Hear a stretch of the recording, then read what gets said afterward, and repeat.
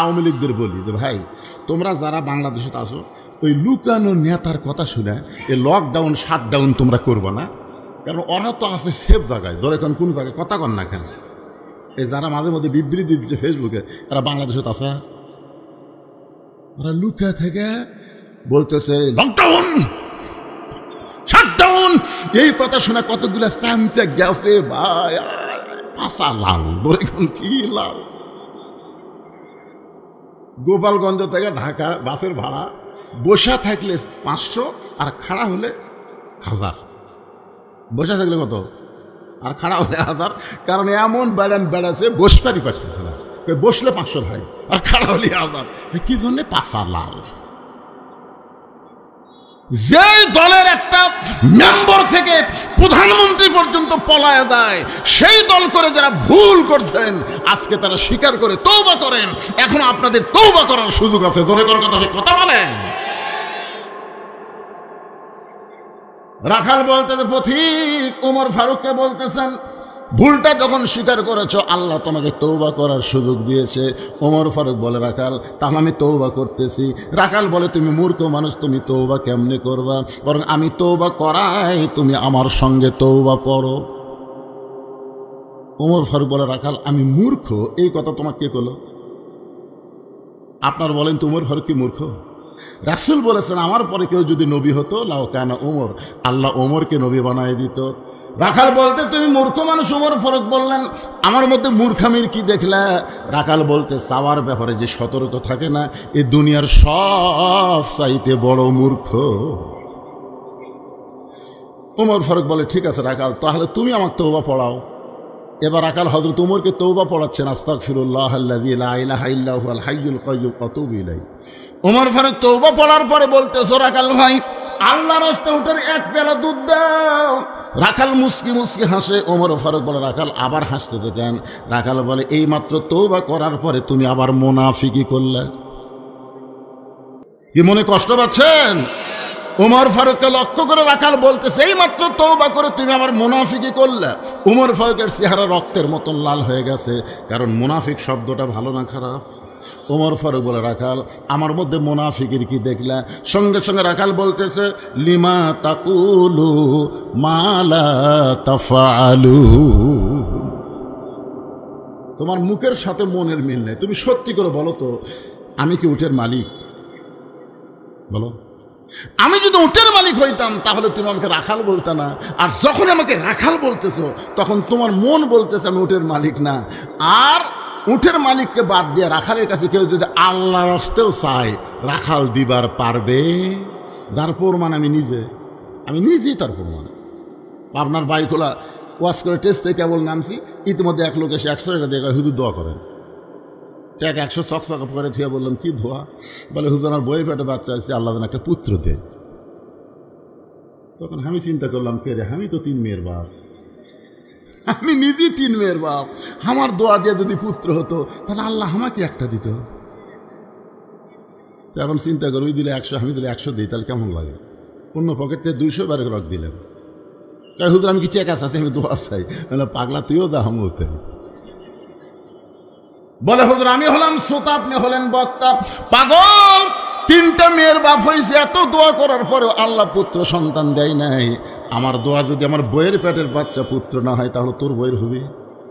তাহলে ওদের একটা কাম করেন, আপনার টাকা আপনি না আমাকে দেন। ওরে যেই টাকা দিছি মারতেছি, দৌড়ানো বললাম কোথায় যাবি? বলে ওই হুজুরের কাছে যাবো, তার পুত্র সন্তান আছে। আমি কইলাম কোনো হুজুর না, কোনো পীর না, কোনো বাবা না, কোনো মাজার না, পাবার যদি চাও আসল মালিকের কাছে চাও। আসল মালিকের নাম কি? আরো জোরসে বলুন। রাখাল বলতে সত্যি যদি আল্লাহর রাস্তে উঠে 1 পেয়ালা দুধ চাও তাহলে এখান থেকে মালিকের বাড়ি হলো 10 মাইল দূরে। ওই মালিকের বাড়ির দরজা গিয়ে বলো মালিক তোমার রাখাল উট আর দুম্বা চড়াই, তুমি মালিক যদি হুকুম দাও তাহলে রাখাল আল্লাহর রাস্তে উঠে 1 পেয়ালা দুধ দিবে। উমর ফারুক বলতেছে রাখাল ভাই কষ্ট করে 10 মাইল দূরে মালিকের বাড়ি যাওয়ার দরকার নাই, বরং তোমাকে 2টা টাকা দিলাম, এই 2টা টাকার বিনিময়ে তুমি উটের 1 পেয়ালা দুধ দাও। রাখাল মুসকি মুসকি হাসে। উমর ফারুক বলে আবার হাসো কেন? বলে হাসার কারণ হলো তুমি হযরত উমরকে চিনো। হাসার কারণ হলো তুমি হযরত উমরকে চেনো, যদি উমরকে চিনতে এরকম বেসাইদা প্রস্তাব দিতে না। তুমি জানো উমরের গুপ্ত বাহিনী যদি দূর থেকে দেখ পারবাই, তুমি আমাকে 2 টাকা ঘুষ দিছ, আর আমি মালিক বাদ দিয়ে তোমাকে উঠে 1 পেয়ালা দুধ দিছি, তাহলে তোমাকেও ধরবে আমাকেও ধরবে। এই বুড়া বয়সে তুমি ধরা পড়ছ। ওমর ফারুক বলেন, আকাল ভাই তাহলে চলো পাহাড়ের গুহার মধ্যে যাই, ওই গুহার মধ্যে গিয়া গোপনে তোমাকে 2টা টাকা দিব, আর তুমি গোপনে উটের 1 পেয়ালা দুধ দিবা। উমরের গুপ্ত বাহিনীও দেখতে পাবে না, আর তোমার মালিকও জানতে পারবে না। রাখাল চিল্লায় বলে, তুমি ভণ্ড, তুমি ভণ্ড, তুমি ভণ্ড। ওমর ফারুক বলে, রাখাল আমার মধ্যে ভণ্ডামির কি দেখলা? রাখাল চোখের পানি বের করে বলে, পথিক ওই পাহাড়ের গুহার মধ্যে দেওয়া নেওয়া করলে ওমরের গুপ্ত বাহিনী দেখতে পাবে না, আমার মালিক জানতে পারবে না, কিন্তু রাখালের আল্লাহ সব দেখতে পায়। সঙ্গে সঙ্গে উমর ফারুক মারছে দৌড়, 1 দৌড় দিয়ে পাহাড়ের পাদদেশে গিয়ে 2 রাকাত নামাজ পড়ে আল্লাহকে বলতেছে, আল্লাহ তোমার কোরআন এত সুন্দর, তোমার কোরআন যখন দুনিয়াতে চালু হয় তখন কেউ না দেখলো আল্লাহ দেখে, এই বিশ্বাস মুসলমানের কলিজায়। ধরে কারণ সুবহানাল্লাহ। আজকে আমাদের বাংলাদেশে আমরা চারিদিকে তাকাই, রমজান মাসে হোটেলে কালো চাদর দিয়ে সমানে খাই। কে ভাই কি করতেছি? সামনে চাদর দিচ্ছি হুজুর, কেউ তো দেখবার না। আয় আয়, আপনি জানেন আল্লাহর মুত্তাকি হবার গেলে সবচাইতে গুরুত্বপূর্ণ আমলের নাম কি? মুত্তাকি হবার গেলে রে পাখলা, উজু করার সময় রমজান মাসে জোহরের নামাজের উজু করছে, 1 ফোঁটা পানি গলাত গেছে কিনা, কেন ভাই কি রে ভাই রে, কুলি করার সময় মনে হয় 1 ফোঁটা পানি গেছে কিনা, ওই পানি বাইর করার জন্য ওয়াক ওয়াক করতেছে। ওই শালা আবার ঘুষও খায়, ওই ঘুষ খায় ইফতারের পরে। রোজা অবস্থায় খায় না তো, রোজা অবস্থায় সামান্য পানি গলাত গেছে তাকে ওয়াক ওয়াক করতেছে, তার মানে। আচ্ছা আপনারা বলেন তো, ওর গলার মধ্যে পানি গেছে, এটা কি দুনিয়ার কোনো পুলিশ দেখছে? কে দেখছে? সুবহানাল্লাহ। এই জন্য আল্লাহ রমজান মাসে কোরআন নাযিল করেছে। ধরে কেন সুবহানাল্লাহ। আল্লাহর বান্দার একটু মনোযোগ দেন। ওমর ফারুক আল্লাহর কাছে কাঁদতেছে আর বলতেছে, আল্লাহ তোমার কোরআন এত সুন্দর, যেই কোরআন সমাজের মধ্যে চালু হয়ে গেলে কেউ না দেখলো আল্লাহ দেখে, এই বিশ্বাস অন্তরের মধ্যে থাকে। এই কথা বলে যখন ওমর বারবার আল্লাহর কাছে কাঁদতেছে, এমন সময় রাখাল পেছনে গিয়ে বলতেছে, ভাইজান আপনি যতই কান্দেন উটের দুধ আপনাকে দেওয়া যাবে না। ওমর ফারুক বলে, রাখাল উটের দুধের কোনো দরকার নাই, বরং তোমার কাছে আমি জানতে চাই, তুমি না দেখা আল্লাহকে কলিজার মধ্যে জায়গা দিয়া তুমি যে আল্লাহর কোরআন অনুযায়ী চলতেছো, এর বিনিময়ে তোমার চাহিদা কি?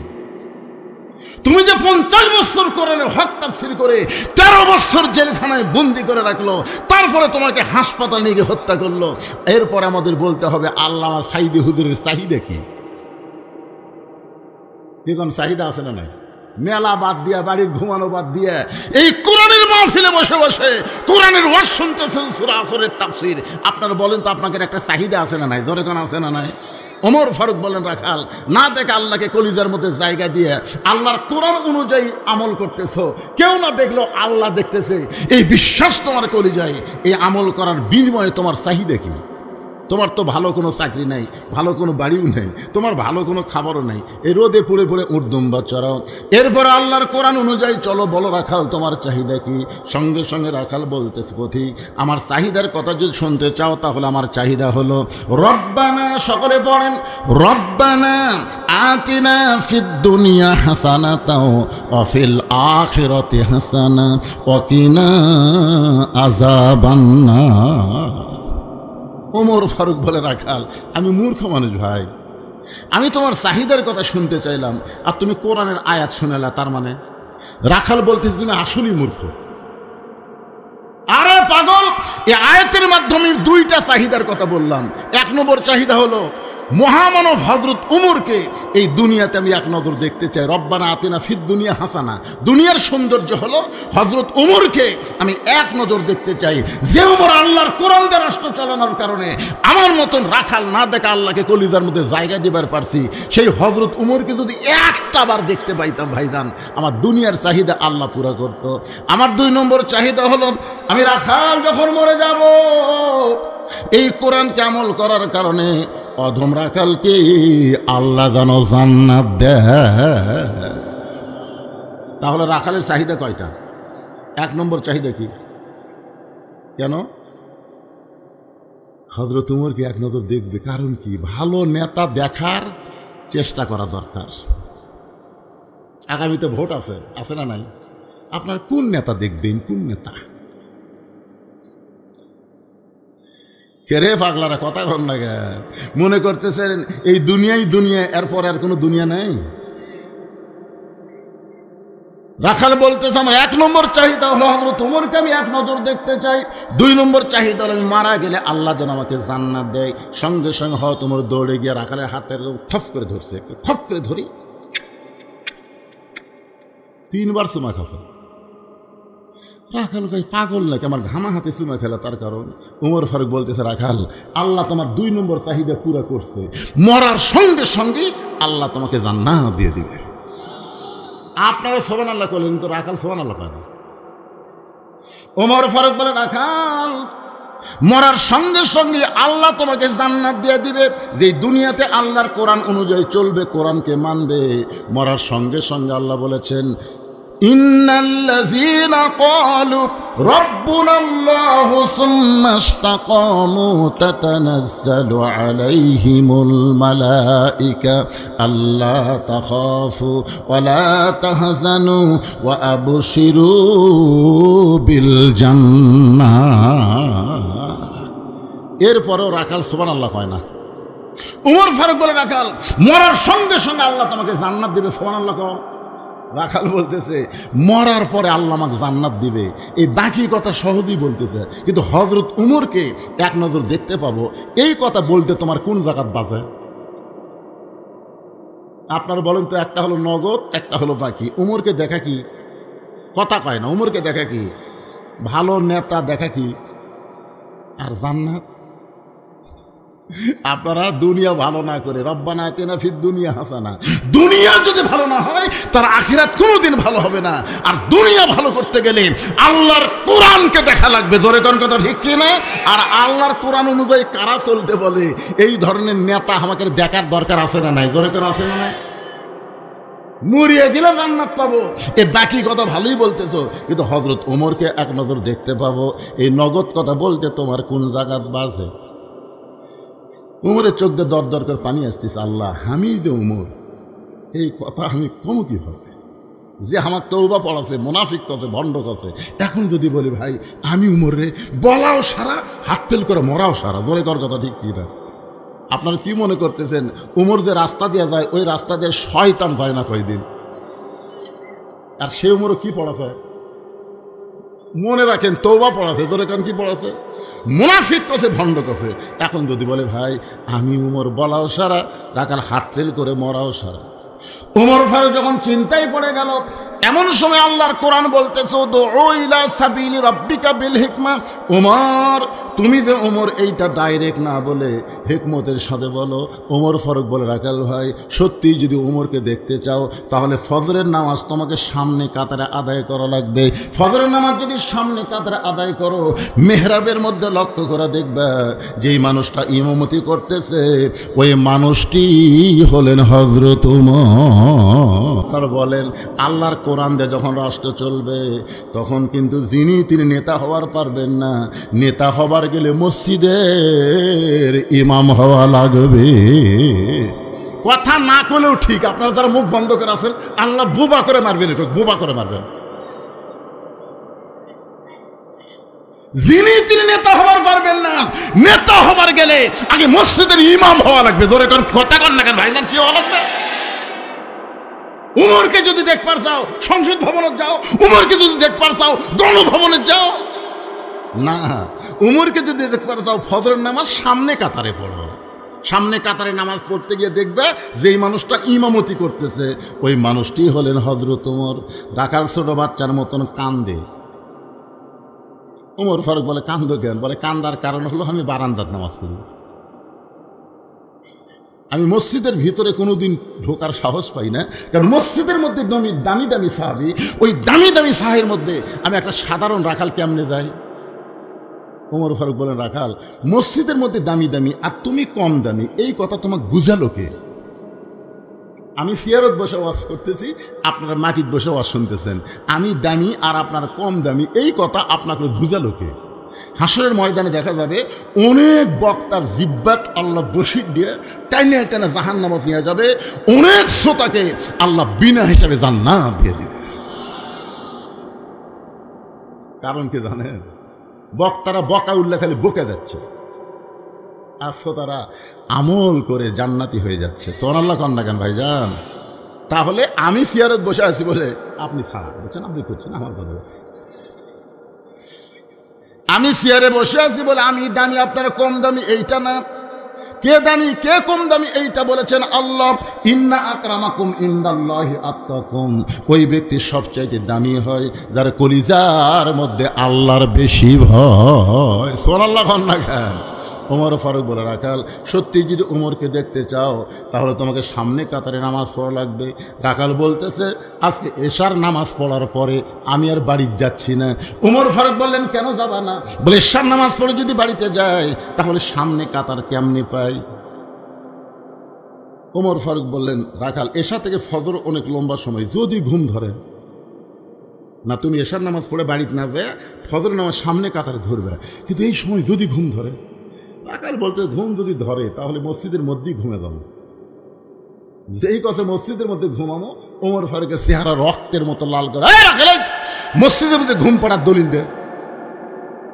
তুই যে মসজিদে ঘুম পাড়বি তার একটা দলিল থাকা লাগবে না কি ভাই? ঘুম তো দূরের কথা, ঘুমের মধ্যে তো মানুষ বেহুশ হয়ে যায়, কারণ ফিস ফিস করে বাড়তিছে। ওই যদি খালি ঠিক মতো আর না হয় তাহলে ওই মসজিদে যদি কেউ চেতন থাকে, ওই থাকা পারবি?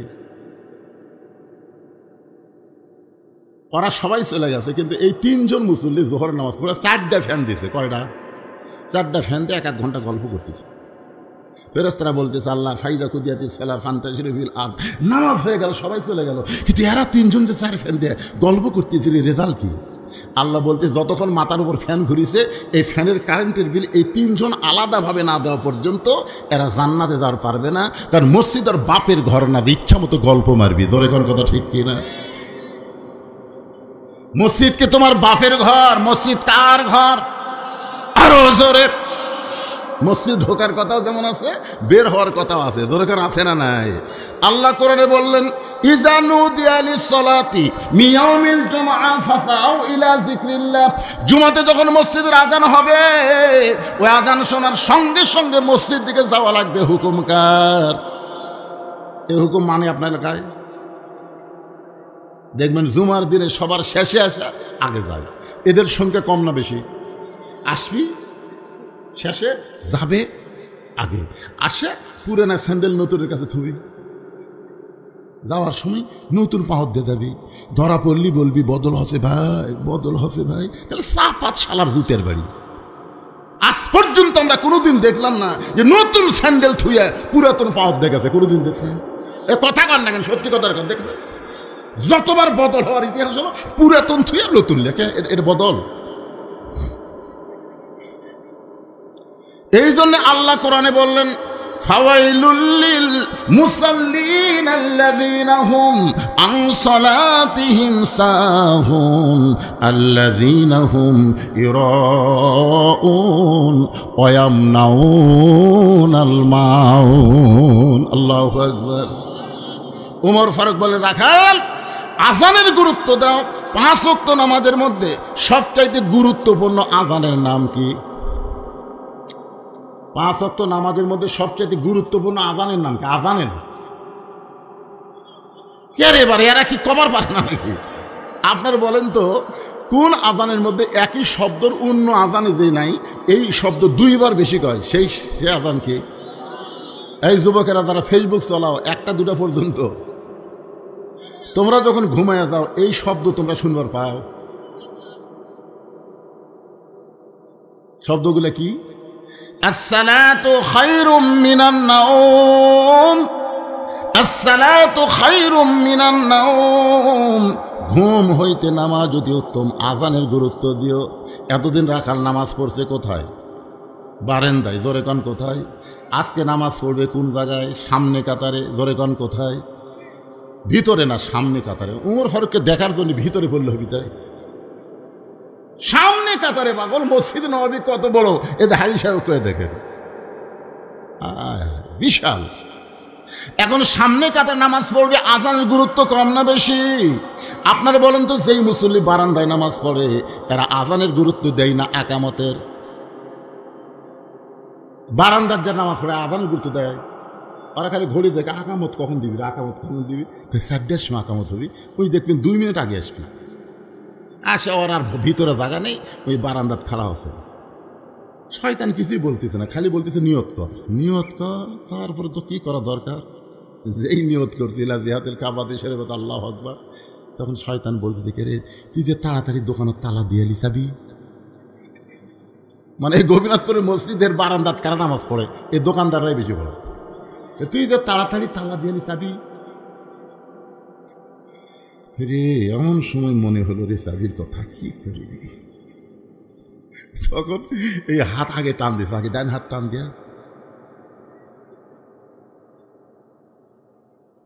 আছে আছে, আল্লাহ কই তোর নামাজ গেছে। হাদিস আছে বিস্তারিত, হুজুরি কলব ব্যতীত করছিন কালেও নামাজ তোর হবে না। তবে কেন গাও জুয়ারি, মানুষকে দেখাও নামাজ পড়ি, ও তোমার সিদ্ধ বীজে সুফসল ফলবে না। আজও কেন আল্লাহর নামাজ ধরতে পারলা না? আল্লাহর নামাজ ধরবার গেলে আকামতের গুরুত্ব দেওয়া চলবে না, আজানের গুরুত্ব দেওয়া লাগবে। এতদিন রাখাল নামাজ পড়ছে বারান্দায়, আজকে নামাজ পড়বে সামনে কাতারে। যেই মাত্র মুয়াজ্জিন ফজর আজান দিয়েছে, সঙ্গে সঙ্গে মসজিদকে লক্ষ্য করে একটু দৌড়ায় দৌড়ায় হাঁটতেছে।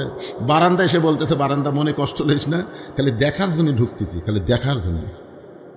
মানে যারা বারান্দাত নামাজ পড়ে, বারান্দাতে একটা মজাই আলাদা। যারা বারান্দাত নামাজ পড়ে ভিতর ঢুকে বাড়ি পারবে না, কারণ সালাম ফিরালি দৌড়। এখন সামনে কাতারে যে লোকটা নামাজ পড়তেছে, সালাম ফিরানোর সাথে দৌড় দিয়ে পারবি, বার হওয়ার সাথে দেখে নিয়ত করছে বারা, এদিকে তাকে দেখে ওরে, তখন বলতেছে এই মসজিদে লাঠি নাই, ওই বাড়াবি একটা লাঠি দিয়ে।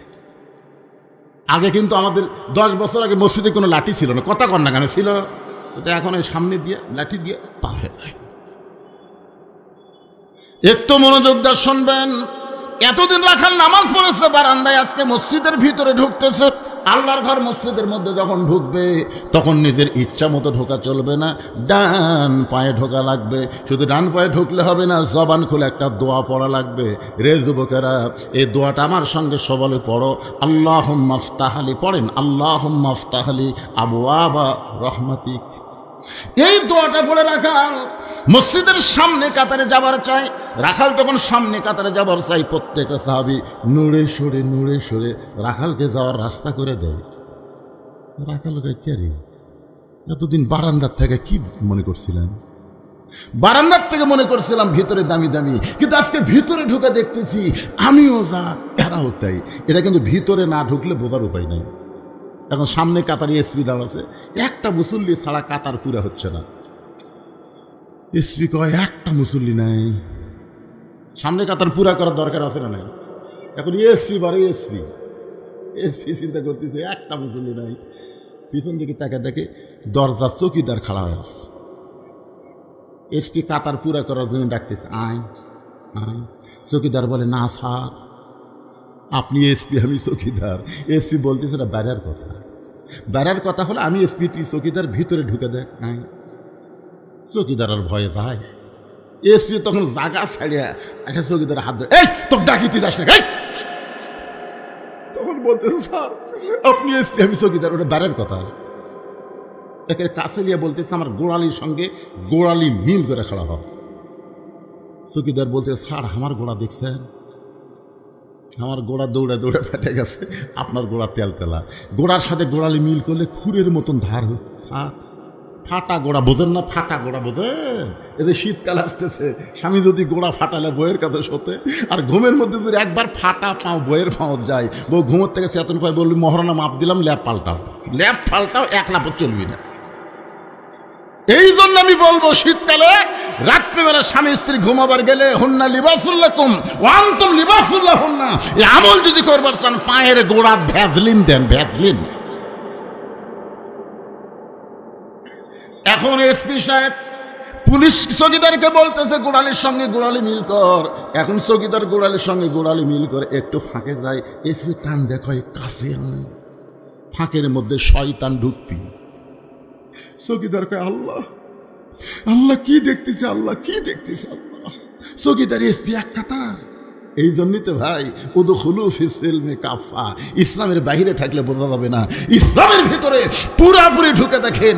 সব মুসলমান ভাই ভাই, আমাদের মধ্যে কোনো উঁচু নাই, গরিব নাই, ধনী নাই, কালো নাই, সাদা নাই, বাটা নাই, লম্বা নাই, সব ভেদাভেদ।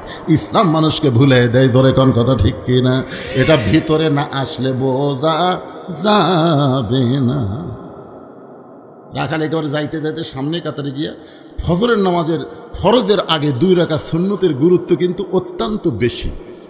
আপনারা জানেন ফজরের আগে যে 2 রাকাত সুন্নত আছে, এই 2 রাকাত সুন্নতের দাম কত? আসমান এবং দুনিয়া বিক্রি করলেও এই 2 রাকাত সুন্নতের সমান হবে না।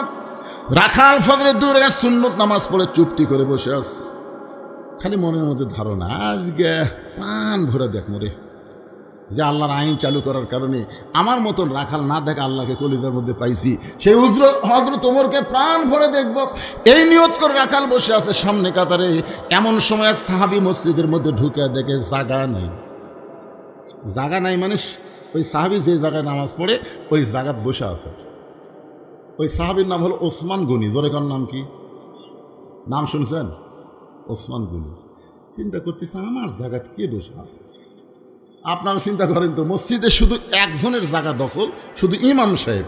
ইমাম সাহেবের জায়গাত কেউ যাবার পারবে না, ঠিক কিনা বলেন? কিন্তু ওসমান গনি তোর ইমাম না।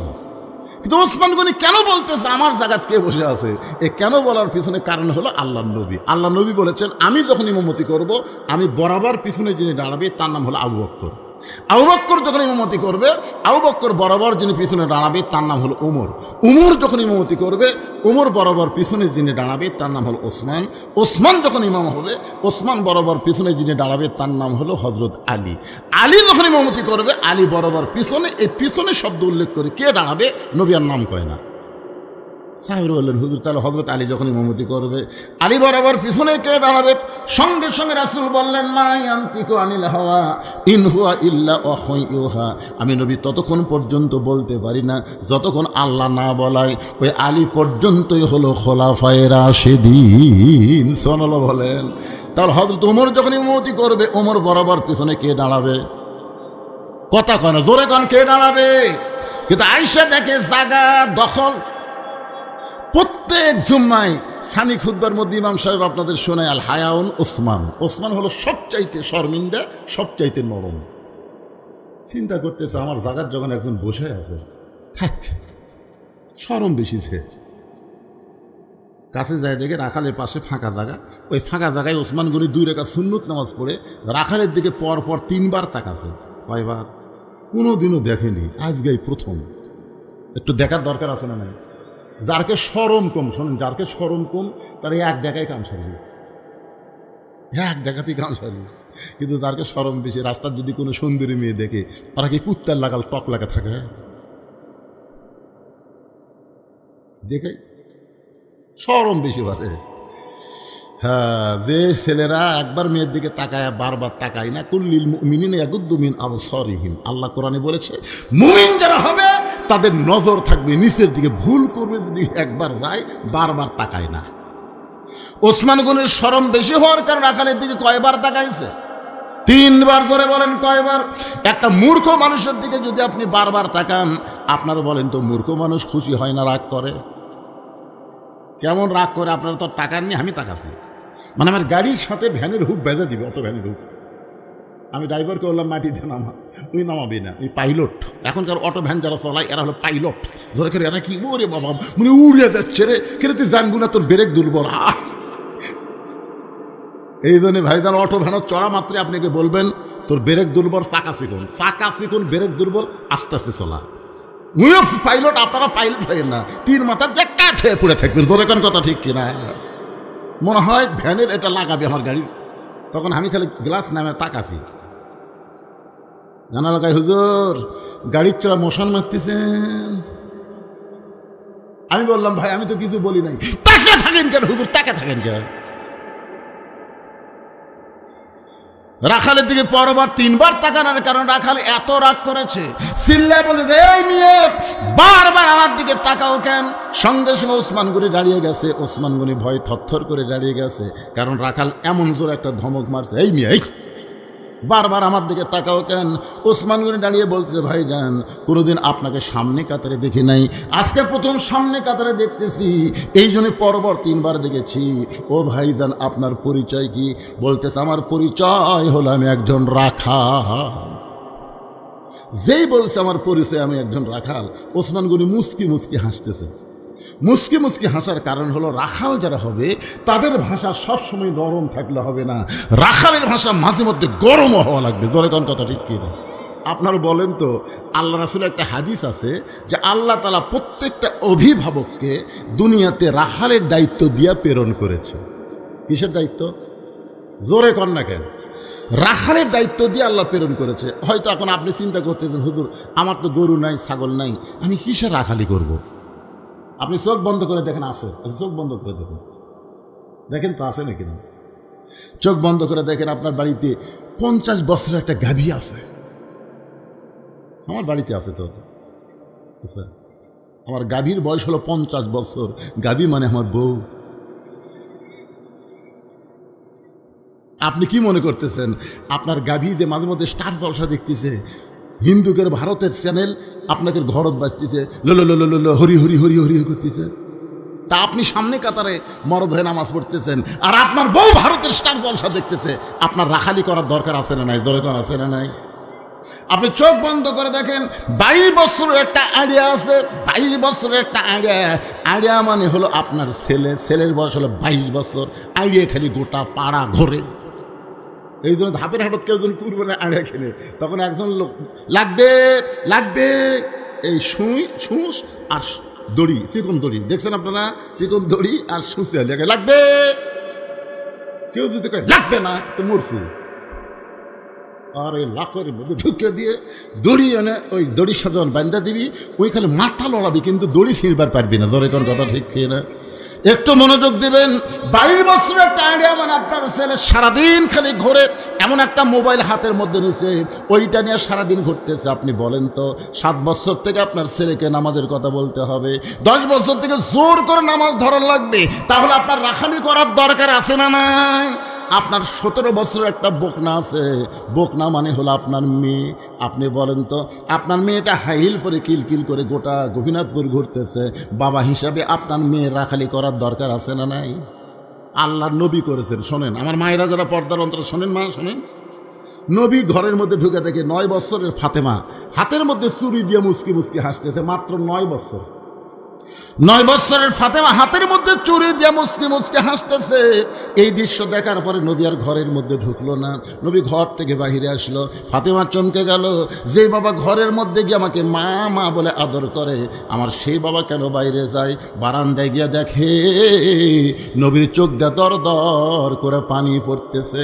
আপনারা বলেন তো ফাতেমা আল্লাহ নবীকে ভালোবাসে কম না বেশি?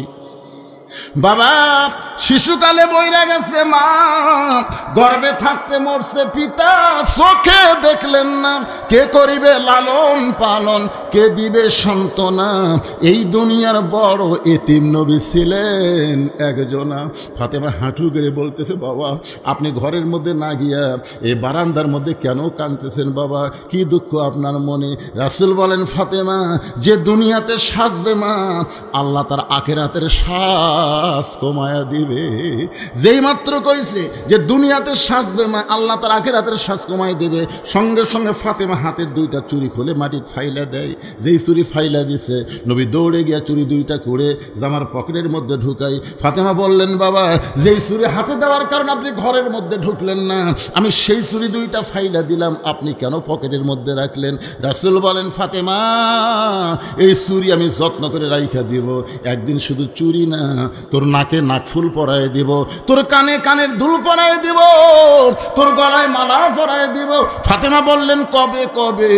আল্লাহর নবী বললেন যেদিন তোমার বিবাহ হবে। ও ফাতেমা, মেয়েরা কেবলমাত্র একজন ব্যক্তির জন্য সাজতে পারবে, সেই ব্যক্তি হলো তার স্বামী।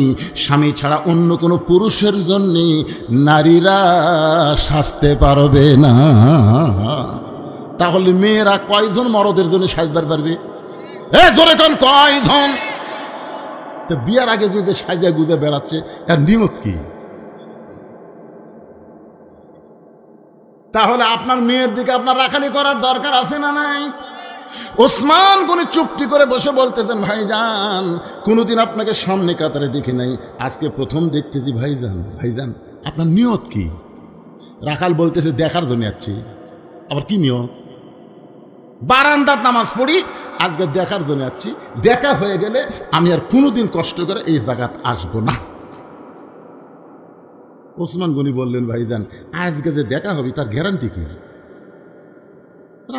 পাগল নাকি, দেখার জন্য যাচ্ছি। ওসমান গনি বলে ভাইজান একদিন আপনি আশায় দেখতেন, আমি কয়েক বছর হলে সামনে কাতারে নামাজ পড়তেছি, এখন পর্যন্ত আমার দেখা হয়নি। রাখাল বলতেছে কি করলেন ভাই? ওসমান গনি বলতেছে কয়েক বছর হলে সামনে কাতারে নামাজ পড়তেছি, এখন পর্যন্ত আমার দেখা হয় নাই। ওসমান গনি যাকে দেখতে আসে সামনে কাতারে তিনি হলেন নামাজের মালিক আল্লাহ। আপনারা বলেন তো নামাজের মধ্যে কি আল্লাহ দেখা যায়? এ না কে কলরা না বলা মাত্রই নবীর হাদিসকে অস্বীকার করা হবে। আনতা আবুদুল্লাহ কাআন্নাকা তারাহু ফাইন লাম তাকুন তারাহু ফাইন্নাহু ইয়ারাকা। এটা একটা হাদিস। আর একটা হাদিস হচ্ছে as-সালাতু মিরাজুল মুমিনিন, নামাজ হচ্ছে মুমিনদের জন্য মেরাজ। এই দুইটা হাদিসের দ্বারা বোঝা যায় দেখা যায় যদি ভালো চোখ হয়। আমাকে এই চোখ দেখাম হবে না, এই চোখ দেখ চশমা পরা লাগবি, চশমা। আল্লাহর বান্দার একটু গুরুত্ব দিবেন। ওসমান গনির সামনে কাতারে নামাজ পড়ে কাকে দেখার জন্যে? জোরে বলেন কাকে? আর রাখাল সামনে কাতারে আসছে কাকে দেখার জন্যে? ওমরকে। দুইজনই দেখবে, একজন দেখবে আল্লাহ আর একজন দেখবেন আল্লাহ ওয়ালা। রাখাল বলতে ভাই একটা কাজ করেন। ওসমান গনি বলে ভাই কি কাজ? বলে আপনার চোখের পাওয়ার হয়তো খারাপ, এই জন্য কয়েক বছর হলে সামনে কাতারে আসেন, দেখা হয় না, আপনি আমার হাত ধরেন। দেখেন রাখাল ওসমান গনিকে বলতেছে আপনি আমার হাত ধরেন, আমি নিজেও দেখব এবং আপনাকেও দেখায় দিব। সঙ্গে সঙ্গে আল্লাহর কোরআন এসে বলতেছেন ইয়া আইয়ুহাল্লাযীনা আমানুত্তাকুল্লাহা ওয়া কুনু মা'আস সাদিকিন। আল্লাহু আকবার বল না কেন? ওসমান গনির সামনে রাখাল যেই বলছে আমার হাত ধরে, ওসমান গনির সামনে আল্লাহর কোরআন এসে বলতেছে ওসমান, যারা আল্লাহকে বিশ্বাস স্থাপন করবে, আল্লাহর ভয় যদি কলিজার মধ্যে রাখতে চাও তাহলে একজন সত্যবাদীর সাথী হও। ওসমান গনি মনে মনে চিন্তা করে এই লোকটার যোগ্যতা এত বেশি যে নিজেও দেখবে আমাকেও দেখাবে, এই মনে করে বিশ্বাস করে হাত ধরছে। কখনো মা'আস সাদিকিন, সত্যবাদীর সাথী হওয়ার কথা কে বলছে? আপনার বলেন তো বর্তমানে বাংলাদেশে সত্যবাদী কারা? কোরআনের হক কথা বলে যারা। কথা কন না কেন ভাই রে? কথা কন না কেন? বাপ দাদার কিচ্ছা কাহিনী নয়, এরা সত্যবাদী নয়। কোরআনের আয়াত তেলাওয়াত করার পরে হাফেজ সাহেবরা কি পড়ে? সাদাকাল্লাহুল আলিয়্যুল আযীম। তার মানে বোঝা গেল আল্লাহর কোরআনের চাইতে সত্য কথাই দুনিয়া তার কিছু নাই। ধরে কোন ঠিক কিনা ভাই যান? আজকে হাদিসের মধ্যে জালিয়াতি শুরু হয়েছে। হাদিস নয়, হাদিস হিসেবে বক্তার ওয়াজ করতেছে। এই জন্য হাদিসের মধ্যেও জালিয়াতি আছে। একটা বই পাওয়া যায় হাদিসের নামে জালিয়াতি, কিন্তু কোরআনের নামে জালিয়াতি এরকম কোনো বই আছে? কারণ হাদিসের হেফাজত আল্লাহ করবে না, আর কোরআনের হেফাজত স্বয়ং আল্লাহ করবে। ইন্না নাহনু নাযালনা যিকরা ওয়া ইন্না লাহু লাহাফিজুন। এই কোরআন হেফাজতের দায়িত্ব কার? কেউ যদি কোরআনের মধ্যে কম বেশি করবার চাই পারবি? হ্যাঁ, সেই কোরআন হলো সবচাইতে সত্য। এবার ওসমান গনি রাখালের হাতটা ধরে বসে আছে, মনে মনে চিন্তা করতেছে আল্লাহ নিজের যোগ্যতাই তোমাকে দেখতে পাই নাই, আজকে এমন একজন বান্দা পাইছি সে নিজেও দেখবে এবং আমাকেও দেখায় দিবে। কিছুক্ষণ পরে যখন জামাতের সময়, জোরে কান কিসের সময়? যখন নামাজে ফজরের জামাতের সময় হয়েছে, এমন সময় মুয়াজ্জিন আকামত দেওয়া শুরু করছে। আকামত যখন দিবে তখন কিন্তু আর বসে থাকা যাবে না, কারণ আকামতের মধ্যেই বলা হচ্ছে, আকামত শব্দের অর্থ কি? আকামত শব্দের অর্থ হলো আকামত। এবার আকামত মানে বলছেন না, আকামত মানে খাড়া হওয়া রে, দাঁড়ান লাগবে, দাঁড়ান লাগবে, দাঁড়ান লাগবে, চেয়ারত বসে থেকে থাকি না তো। আকামত দিচ্ছে, তাও চেয়ারত বসে আছে। ফেরেশতা কয়, আল্লাহ ই হেঁটে হেঁটে আলো, এই মসজিদত হেঁটে হেঁটে আলো। হেঁটে হেঁটে মানে কি? বসে থেকে? আচ্ছা না, হেঁটে হেঁটে কথা কর না কেন ভাই? এই যে গোপীনাথপুর বাজার করলো, 10 কেজি ব্যাগ নিয়ে গোটা বাজার ঘুরলো। বাজার করা শেষ হলে ভ্যানালে বলতে, চাচা চলেন বাড়ির যাই, ভ্যানত চড়েন। 10 টাকার দাম আছে বা, হেঁটেই যাবো। ভ্যানালাক 10 টাকা না দিয়ে হেঁটে হেঁটে বাড়িতে এলো। সবই হেঁটে হেঁটে করলো, আর মসজিদের ঢুকেই বসলো। ওসমান গনি রাখালের হাতটা ধরে বসে আছে। যেই মাত্র আকামত শুরু করছে, সঙ্গে সঙ্গে রাখাল ওসমান গনি দুইজনে দাঁড়াইছে। আকামতের মধ্যে একটা শব্দ আছে যেটা আযানের মধ্যে নাই, একই শব্দ দুইবার বেশি কয়। সেই শব্দটা হলো কদ কামাতিস সালাহ। কদ কামাতিস সালাহ ওমর ফারুক মেহরাবের মধ্যে ঢুকছে। যখন মুয়াজ্জিন আকামত দেওয়া শুরু করেছে, ওমর ফারুক মেহরাবের মধ্যে ঢুকেছে। ওসমান গনি রাখালের হাতটা ধরে আছে, ওসমান গনি রাখালের হাতটা ধরে আছে। আর রাখাল খালি বারবার খালি দেখতেছে, কে রে মেহরাবের মধ্যে? কে ঢুকলো রে? এরা তুমি রে? যাই আমাকে করলো, উমর যদি দেখবার চাও তাহলে। যেই মাত্র মুয়াজ্জিন বলেছে কদ কামাতিস সালাহ, কদ কামাতিস সালাহ, সঙ্গে সঙ্গে রাখাল আল্লাহু আকবার, আল্লাহু আকবার যখন লোকমা দিয়েছে, ওসমান গনি রাখালে হাতটা ছাড়ে দিয়ে বলতেছে, ও ভাইজান, ইমাম সাহেব যখন ভুল করে তখন মুসল্লি লোকমা দেয়, এখন পর্যন্ত আকামতি শেষ হয় নাই, আর তুমি আল্লাহু আকবার লোকমা দেওয়ার কারণ কি? রাখাল বলতেছে, এই জন্যই তো তুই কানা, এই জন্য এত বছর হলে সামনে কাতারে নামাজ পড়িস, এখন পর্যন্ত দেখবার পাস না আমি কি জন্য লোকমা দিলাম মিয়া, তুমি জানো না? সঙ্গে সঙ্গে দ্বিতীয় কাতার থেকে একজন সাহাবী দৌড়ে এসে রাখালে হাতটা হেঁচকা দিয়ে বলতেছে, এই পাগল, তুই কারে কানা কানা বলে তিরস্কার করতেছি? তুই কি জানিস যে ব্যক্তি এতক্ষণ তোর হাতটা ধরেছিল, এই মহান ব্যক্তিকে? তুই কি বলতে পারিস? রাখাল চিল্লায় বলে, আমি বারান্দায় নামাজ পড়ি, আমি মসজিদের ভিতরে কাউরে চিনি না। সাহেব বলে, পাগল রে, এতক্ষণ যেই ব্যক্তি তোর হাতটা ধরে দাঁড়িয়েছিল, ওই ব্যক্তি হলো আল্লাহ নবীর ডবল জামাই ওসমান গনি। কোরআন শরীফ যখন পড়ি তখন দেখবেন, আল্লাহ গানিয়ুন ওয়া আনতুমুল ফুকারা, আল্লাহ হচ্ছে ধনী, বাদ বাকি সবাই ফকির। এখানে যত মানুষ আমরা বসে আছি, আমরা সবাই কি ফকির? কেউ বলতে শরম লাগতেছে, কিন্তু আল্লাহ রাসূল বলেছেন, ইল্লা ওসমান গানিয়ুন, একমাত্র আল্লাহ ধনী, বাদ বাকি সবাই ফকির, শুধু ওসমান ধনী। সাহাবীরা বললেন, হুজুর ওসমান গনি ধনী হওয়ার কারণ কি? রাসূল বললেন, তাহলে শোনো। একদিন আল্লাহ নবী ওসমানকে ডাক দিয়ে বলে, ওসমান, আল্লাহ তোমাকে কত সম্পদ দিছে, তোমার কি হিসাব আছে? মানে আল্লাহ কত সম্পদ তোমাকে দিছে, বলারও কিন্তু সাইজ আছে।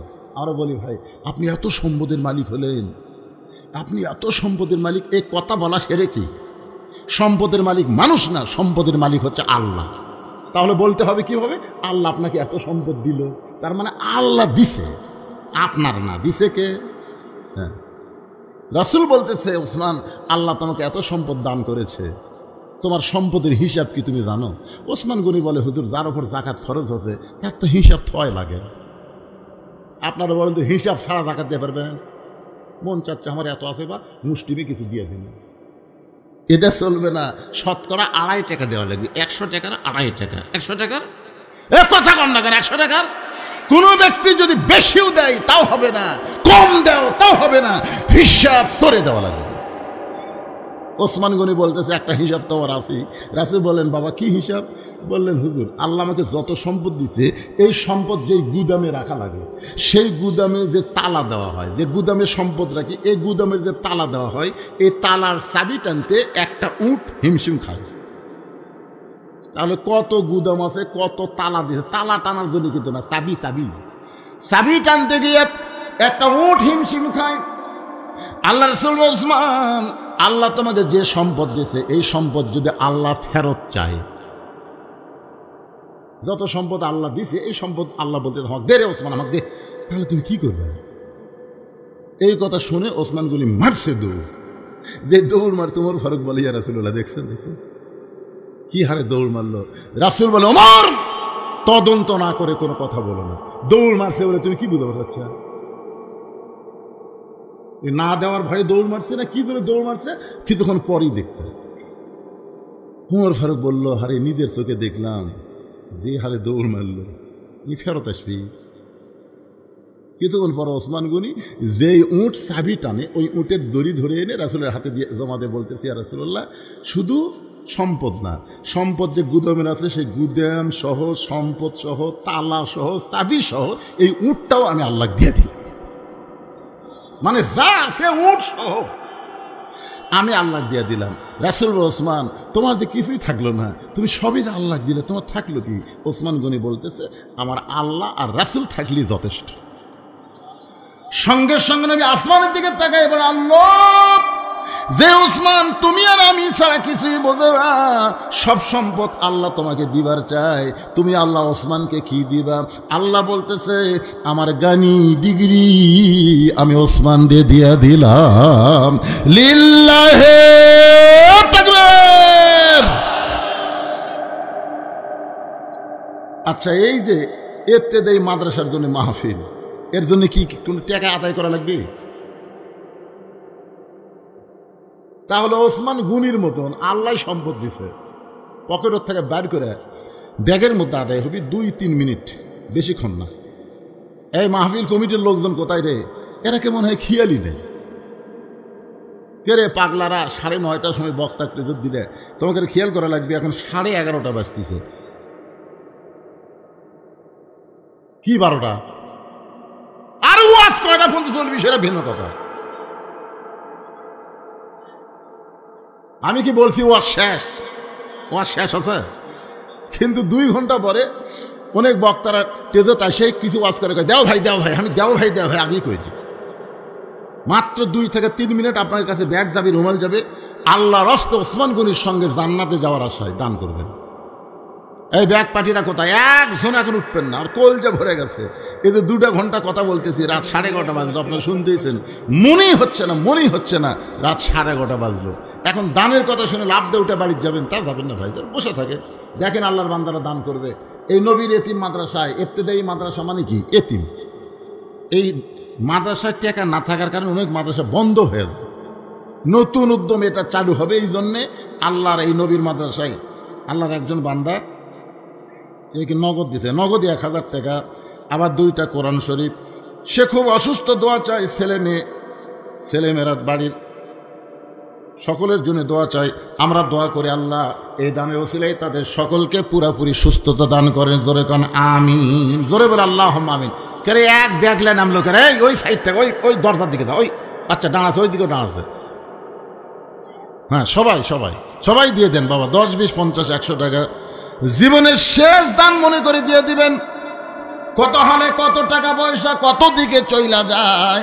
আল্লাহর নবীর ঘরে দান করিলে এটা দুনিয়া এবং আখেরাতে, একজন লোক যদি উঠে অন্যদিকে যান, ওর দেখার দিকে যে কয়টা লোক উঠবি সমস্ত লোক ওটার পাপ আল্লাহর কান্দর দিবে। যে ওয়াজ শোনার সময় তোরা উঠিস নাই, টাকা দেওয়ার সময় উঠতেছিস কেন? আপনাকে বলা হচ্ছে 10,000 টাকা দেন, 20,000 টাকা দেন, মনে যা চাই ওই ব্যাগের মধ্যে দিয়ে দিবেন, যার মনে যা চাই আল্লাহর রাস্তায় দিয়ে দিবেন। এবং বিশ্বাস করবেন, হতে পারে এই দান আপনার জীবনের শেষ দান। কি কোন হতে পারে কি পারে না? এখান থেকে বাড়ি যাওয়ার গ্যারান্টি যদি নেই, তো পকেট করে টাকা নিয়ে কোথায় যাবেন ভাই? দেন 10, 20, 50, 100 টাকা আল্লাহর রাস্তায় দিয়ে দেন। দুনিয়ারই টাকা পয়সা দুনিয়াতে রবে, ফকির হয়ে মানুষ কবরেতে যাবে। দিয়া আল্লাহ বোঝে মন, কাইডা নিতে কতক্ষণ। আল্লাহ দিয়া মন বোঝে, আবার যে কোনো সময় কাইডা নিবার পারে। বাবা কান্দে, মা কান্দে, কবরেতে শুয়া দেখলি না রে দরদের বেটা, একবারও আসিয়া বাবার কথা মনে করে, মায়ের কথা মনে করে এই নবীর মাদ্রাসায়, এতিম মাদ্রাসায়, ইবতেদায়ী স্বতন্ত্র মাদ্রাসায় একটা কোরআন শরীফ দান করতে পারবেন? মাত্র 200 টাকা দিলে একটা কোরআন শরীফ দান করার সওয়াব আল্লাহ আপনার বাপ মার কবরে দিয়ে দিবে। ইবতেদায়ী মাদ্রাসায় 200 টাকা দিবেন, একটা কোরআন শরীফ দান করার সওয়াব আল্লাহ আপনার বাপ মার কবরে দিবে। এখানে এমন কোন আল্লাহর বান্দা আছে যার বাপ মার কবরের কথা চিন্তা করে একটা কোরআন শরীফ বাবদ মাত্র 200 টাকা দিবেন? ভাই এখন অনেকে দিবার আছে, কিন্তু আপনার কে যে হারে করতেছেন, আমি তো হাত দিয়ে নেওয়াও কঠিন। আরে নাম লেখা পরে ছেলেদের 200 টাকা দিবি, এটা লিবেন কি করে? এবার তুই যেন পাও তোলা দিস না, চিনা যাবে কিন্তু না। আপনাকে এই এই এলাকার এই টেস্টগুলো এরকম করে করেন, আর আমাকে দিকে টেস্ট এরকম সোজা করে করে, সোজা করে করলে বক্তার কাছাকাছি আসা যায়। এদিকে স্যাও করে দেওয়ার কি দরকার? এত মশানের দরকার কি? ইবতেদায়ী মাদ্রাসা ভাঙ্গা যাচ্ছে, এদিকে মশান নেই। হ্যাঁ, কোরআন শরীফই তো। আপনি 200 টাকা দিবেন, আপনার বাপ মার জন্য একটা কোরআন দানের সওয়াব আল্লাহ দিয়ে দিবেন। এতে মায়ের কথা মনে করে 200 টাকা দান করেছে আল্লাহ কোরআন শরীফ বাবদ, আল্লাহ মায়ের কবরকে জান্নাতের টুকরা বানায় দেন।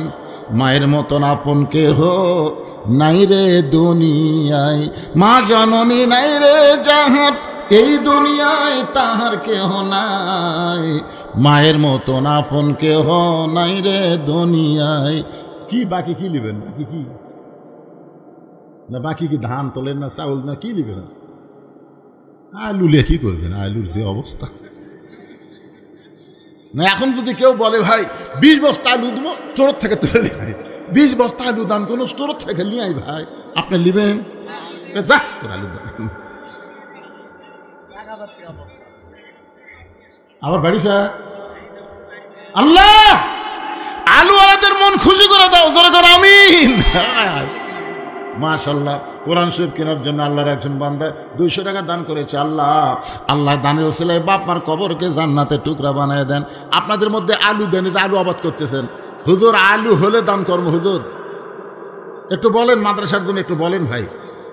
আপনার এই যে গোপীনাথপুর,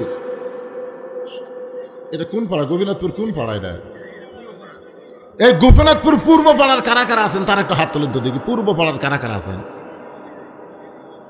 আপনি প্রতিষ্ঠা, কিন্তু আপনার সামনে তো একটা লোকও পুরো পাড়ার নাই। এই পূর্ব পাড়া বাদ দিয়ে কারা কারা আছেন তার একটা হাত তুলেন তো দেখি। এই সব লোক বাড়ের। আচ্ছা ঠিক আছে, বোঝা গেল আপনাদের মাদ্রাসার অবস্থা খুবই কাহিল। আপনারা মাদ্রাসা মনে হয় চাচ্ছেন না। এই যে ভাইজান যে কথাটা বললো, আজকে প্রাইমারিতে ছাত্র অভাব নাই, বালিকা বিদ্যালয়ে ছাত্র অভাব নাই, হাই স্কুলের ছাত্র অভাব নাই, আর ইবতেদায়ী মানুষের ছাত্র নাই। কি একদম বাগডম ঘোড়াডম সাথে ঢাকঢোলক ঝদর বাজে ওই শিক্ষা দিয়ে বেটার উসিলায় জান্নাতে যাবেন? এত সোজা না। ছেলেরে কোরআন শরীফ শিক্ষা দেন, ইকরা বিসমি রাব্বিকাল্লাযী খলাক, পড়ো তোমার আল্লাহর নামে, যিনি যে আল্লাহ তোমাকে সৃষ্টি করেছেন। আজকে সেই কোরআনের ইবতেদায়ী মাদ্রাসা চালু করবেন আপনারা, বন্ধ হবে কেন? কোনো গ্রামে মাদ্রাসা চালু হয়ে যদি বন্ধ হয়, ওই গ্রামে আল্লাহর গজব নেমে আসে, গজব গজব।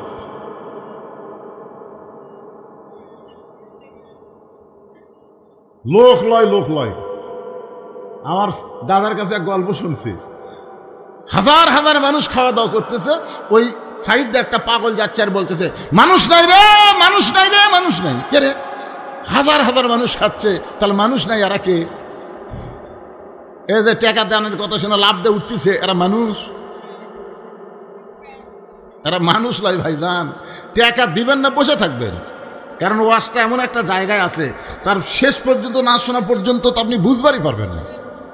সামান্য 2-4 মিনিট দান করা লাগবে, এখানেই আপনার ভিতরে ওয়াসওয়াসা শয়তান দেয়, আপনি ধৈর্য ধারণ করতে পারেন না। জি আচ্ছা, প্রথম যে নাম লেখা দিয়েছে লগদি দিয়ে দিয়েছে, আলহামদুলিল্লাহ। আল্লাহ দানকে কবুল করুক, আল্লাহুম্মা আমিন। জান মাদ্রাসা প্রতিষ্ঠা করে মনে হয় আপনি ভুলই করছেন বাবা, কি করবেন? জাকাত দিচ্ছেন, আপনি শিক্ষক। আরে যাই হোক, মাদ্রাসার প্রতি খালি জায়গা দিয়েছে, মাদ্রাসা প্রতিষ্ঠা করছে, কিন্তু এলাকার লোকেরা তেমন সহযোগিতা নেই। এই গ্রামের ছেলে যদি আজকে এমপি হতো, ইঞ্জিনিয়ার গোলাম মোস্তফা যদি এমপি হতো, তাহলে মাদ্রাসাটা ইনশাল্লাহ ভালো চলতো। কিন্তু একলে আবার ষড়যন্ত্র চলতেছে। সম্মান দেওয়ার মালিককে, এ জনগণের মালিককে। এত ত্যাগ স্বীকার করেছে, যে মানুষটা এত ত্যাগ স্বীকার করছে যে দলের জন্য, সে দলের উচিত হলো ত্যাগী নেতাদেরকে মূল্যায়ন করা। জনগণ কথা ঠিক কিনা? হ্যাঁ, ত্যাগী নেতাদের মূল্য না, হঠাৎ উড়াচ্ছে জুড়ে পড়ছে, হঠাৎ মাল চলবি না। জনগণ সজাগ হন, এই মিডিয়ার মাধ্যমে জানায় দাও, ত্যাগী নেতা ছাড়া বিএমপি যদি কাউরে মনোনয়ন দেয়, ওই এমপি হওয়া বড় কঠিন হবে। জোরে কোন কথা ঠিক? এই গ্রামের কৃতি সন্তান ইঞ্জিনিয়ার গোলাম মোস্তফাকে আমরা আগামীতে এমপি দেখতে চাই। আল্লাহ কবুল করুক। জোরে কোন আমিন। এটা আর কি দিয়েছে রে বা, দান নাকি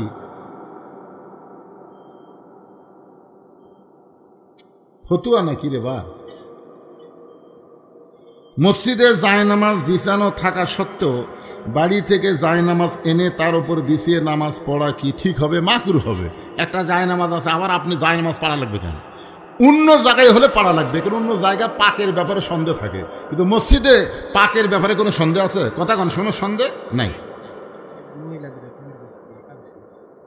মহিলাদের প্যান্ডেলও কালেকশন হচ্ছে। কে কালেকশন করবে? মরদ মানুষ।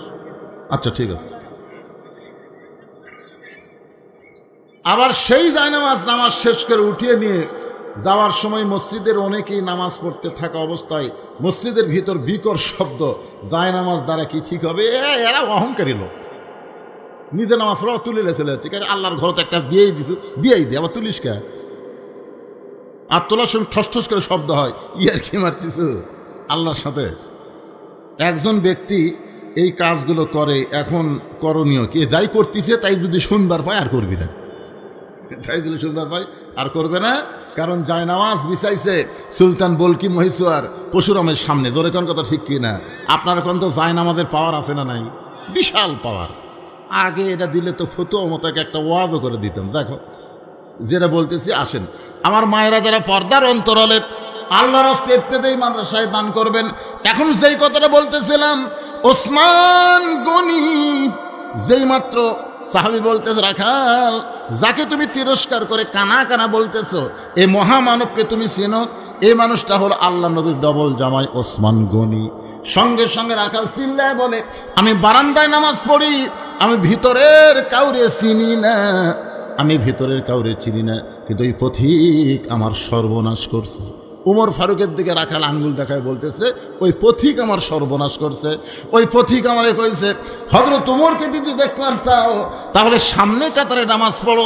আমার সারা জীবনের সাধনা হয়তো উমরকে আমি এক নজর দেখতে চাই, শুধু উমরকে দেখার জন্য বারান্দা থেকে সামনে কাতারে আইছি ভাই। কিন্তু উমরের জায়গায় যদি ওই পথিককেই আমি আবার মেহরাবের মধ্যে দেখতে পাই, তাহলে তোমরাই বলো লোকমা দেওয়া ছাড়া তোমার উপায় নাই। আমি আল্লাহ আকবার লোকমা দিব, ওই প্রতীককে মেহরাব থেকে বের করে ওই জায়গায় হযরত ওমরকে আমি এক নজর দেখতে চাই।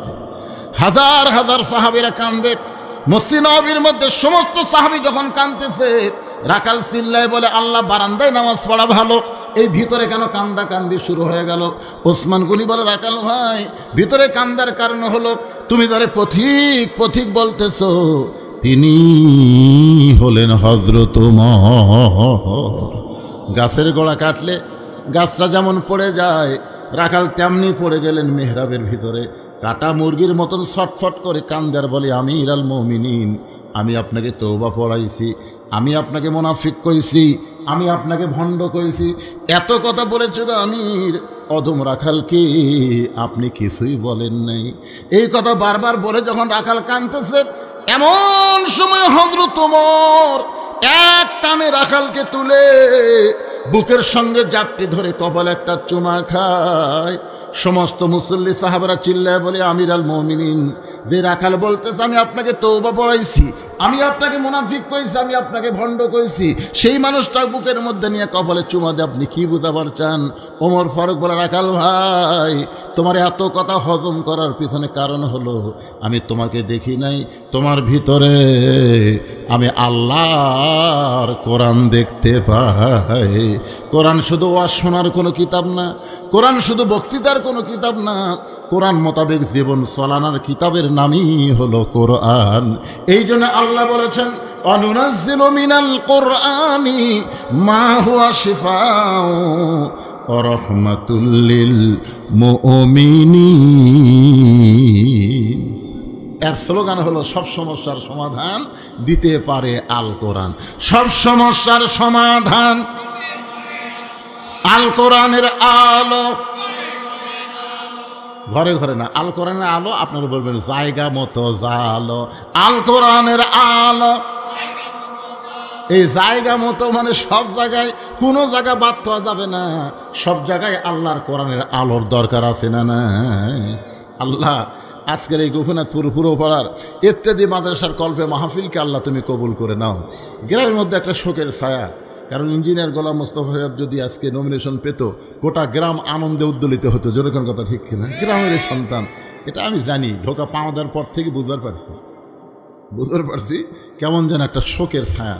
শোক থাকবে না ইনশাল্লাহ। শোককে আল্লাহ শক্তিতে এবং ধৈর্যের মাধ্যমে পুরস্কারে বিবেচিত করুন। জোরে কন আমিন। আল্লাহ পারে কি পারে না? জোরে কন।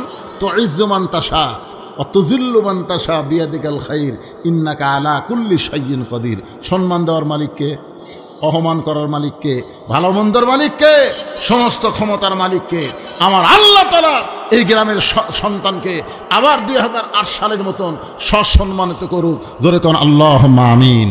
এখন ভাইজান দোয়া করা হবে, যিনি যেখানে আছেন আল্লাহর রাস্তে বসবেন। সকলকে বসার অনুরোধ করে ইস্তিগফার পড়তে যাস। আস্তাগফিরুল্লাহ রব্বি মিন কুল্লি জামবি ওয়া তুবু ইলাইহি। আস্তাগফিরুল্লাহ রব্বি মিন কুল্লি জামবি ওয়া তুবু ইলাইহি। আমার ডিসেম্বর মাসের 2 তারিখ এই গোপীনাথপুরের মতে আর একটা হিন্দু নাম হরি সারা। জোরে এখন কি সারা? এই এলাকাত কালে হিন্দু নামই বেশি হয়। হ্যাঁ, আরে আগামী কালের কথা বলতেছি না তো। 2 তারিখ ডিসেম্বর মাসের 2 তারিখে আল্লাহ যদি হায়াতে রাখে আবার দেখা হবে কোথায়? হ্যাঁ জোরে কোন কোথায়? আল্লাহ তাআলা বক্তা এবং শ্রোতাকে হায়াতের দান করুক, সবাইকে কবুল করুক। সকলে বলে আল্লাহুম্মা আমিন। দোয়া করে দিলাম। আল্লাহুম্মা আমিন। আল্লাহুম্মা আনতাস সালাম ওয়া মিনকাস সালাম তাবারাকতা ইয়া যাল জালালি ওয়াল ইকরাম। আয় আল্লাহ তাআলা, তোমার বান্দারা সেই মাগরিবের নামাজের পর থেকে এই গভীর রাত পর্যন্ত জান্নাতের বাগানে বসে বসে আলোচনা শোনার শেষে আমি গুনাহগারের সঙ্গে রহমতের দরজায় ফকির হয়ে দোকানা হাত তুলেছে। মেহেরবানি করে আজকের মাহফিল আমাদের সকলের হেদায়েতের জন্যে, নাজাতের জন্যে, জান্নাতের জন্যে কবুল করো। এই মাহফিলের শুরু থেকে শেষ পর্যন্ত যত আলোচনা হয়েছে আল্লাহ, এর মধ্যে যদি ত্রুটি হয়, ভুল হয়, মাফ করে দিও। এর যা হাদিয়া মঞ্জুর করো। সোনার মদিনায় নবী পাকের রওজা মুবারকে আল্লাহ তুমি কবুল করে নিও। তামাম আম্বিয়াই কেরাম, আসহাবে কেরাম, তাবেনী কেরাম, তাবা তাবেনী কেরাম, তামাম পৃথিবীর মাটির নিচে যত মুমিন মুমিনা আছে আল্লাহ সকলের আরওয়া ফরে হাদিয়া কবুল করো। আল্লাহ আমরা যারা হাত তুলেছি, আমাদের মধ্যে জনম দুঃখনী মা যাদের কবরের ঘরে এতিম হয়ে গেছে আল্লাহ মেহেরবানি করে মায়ের কবরকে জান্নাতের টুকরা বানায় দাও। বাবার বাড়ি ঘর সবই আছে, আমাদের এতিম করে থুইয়া নিজে এতিম হইয়া যাদের বাবা কবরে চলে গেছে আল্লাহ মেহেরবানি করে বাবার কবরকে জান্নাতের টুকরা বানায় দাও। আল্লাহ এই মাদ্রাসাকে কিয়ামত পর্যন্ত কবুল করো। এই মাদ্রাসার প্রতিষ্ঠাতা আমাদের সঙ্গে হাত তুলেছে আল্লাহ, তার মনের মধ্যে কত কষ্ট। জায়গা দিলাম, মাদ্রাসা হলো, তারপরও মাদ্রাসা চলতেছে না। তার মনের সব কষ্ট দূর করার জন্যে আবার মাদ্রাসাকে পুরা আল্লাহ চালু রেখে দাও। আল্লাহ এই গ্রামের সন্তান ইঞ্জিনিয়ার গোলাম মোস্তফাকে আল্লাহ তুমি কবুল করে নাও। আজকের মাহফিলের সম্মানিত সভাপতিকে আল্লাহ তুমি কবুল করো। আজকের মাহফিলের সম্মানিত সভাপতি ইমাম সাহেবদের আল্লাহ কবুল করো। যাদের মাথায় পাগড়ি পরানো হলো আল্লাহ দুনিয়াতে যেমন সম্মান দিলা, আখিরাতের আদালতে তেমন সম্মান তাদের দিও। আল্লাহ যেই মাহফিল থেকে ইমামদের সম্মানিত করা হয়েছে আল্লাহ, এই মাহফিলের কমিটিকে আল্লাহ তুমি পুরোপুরি সম্মানিত করো। আল্লাহ প্রতি বছর এমন করে একটা মাহফিল যেন করতে পারে এমন ইমানি শক্তি এদেরকে দান করে দাও। আমার মা বোনেরা পর্দায় বসে বসে শুনেছে, আবেদা সালিহা পর্দার কবুল করে মা ফাতেমার চরিত্র চরিত্র দান করো আল্লাহ। আমি অসুস্থ, আমার মতো অসুস্থ হয়ে যারা হাত তুলেছে আল্লাহ সবাইকে সুস্থতার নিয়ামত দান করো। নগদে বাকিতে যিনি যা দান করেছেন আল্লাহ এই দানগুলোকে মাদ্রাসার ওসিলাই, মাহফিল ওসিলাই তুমি জান্নাতের জন্য কবুল করে নাও আল্লাহ। গোটা বিশ্বের মুসলমানকে আল্লাহ তুমি হেফাজত করো, আর বাংলাদেশের প্রতি আল্লাহ তুমি খাস রহমত করো। বিশেষ করে গোপীনাথপুর এলাকার উপরে রহমত বরকতের দরজা আল্লাহ তুমি খুলে দাও। সুবহান রব্বিকা রব্বিল ইজ্জাতি আম্মা ইয়াসিফুন ওয়া সালামুন আলাল মুরসালিন ওয়াজাল আখিরাতি কালিমাতুন ইনদাল মাউতি। সকলে পড়েন লা ইলাহা ইল্লাল্লাহু মুহাম্মাদুর রাসূলুল্লাহ সাল্লাল্লাহু আলাইহি সাল্লাম। আসসালামু আলাইকুম ওয়া রাহমাতুল্লাহি ওয়া বারাকাতুহু।